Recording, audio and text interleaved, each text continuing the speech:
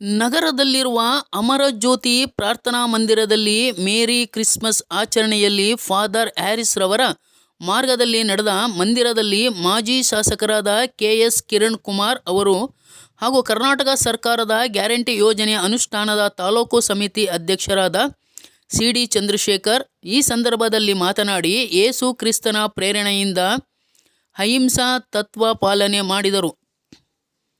ಹಾಗೆಯೇ ಹಲವಾರು ಜನ ಯೇಸು ಕ್ರಿಸ್ತನ ಅನುಯಾಯಿಗಳಾದರು ಎಂಬುದಾಗಿ ಈ ಸಂದರ್ಭದಲ್ಲಿ ಅನೇಕ ಸಮಿತಿಯ ಸದಸ್ಯರು ಉಪಸ್ಥಿತರಿದ್ದು ಯೇಸು ಕ್ರಿಸ್ತನ ಬಗ್ಗೆ ಸಾಕಷ್ಟು ಅಭಿಪ್ರಾಯಗಳನ್ನು ಹಂಚಿಕೊಂಡರು.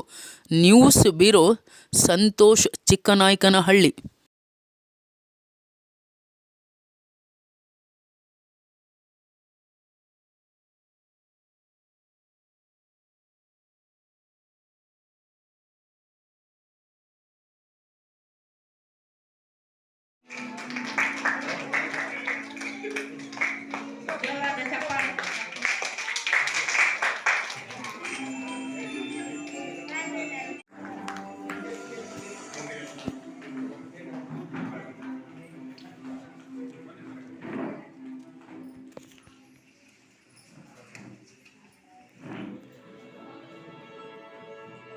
ಮಹಾತ್ಮ ಗಾಂಧಿ ಅಂತ ಹೇಳ್ತೀವಿ.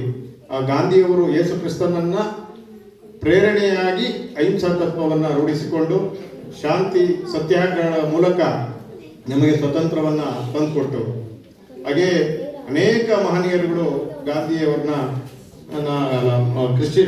ಯೇಸು ಕ್ರಿಸ್ತನನ್ನ ಅನುಯಾಯಿಗಳಾಗಿ ಇವತ್ತು ದೇಶ ಶಾಂತಿ ಸಮೃದ್ಧಿಯಿಂದ ಕೂಡಲಿಕ್ಕೆ ಕಾರಣಕರ್ತರಾಗಿದೆ. ಹಾಗೆಯೇ ಈ ಧರ್ಮ ಮತ್ತೆ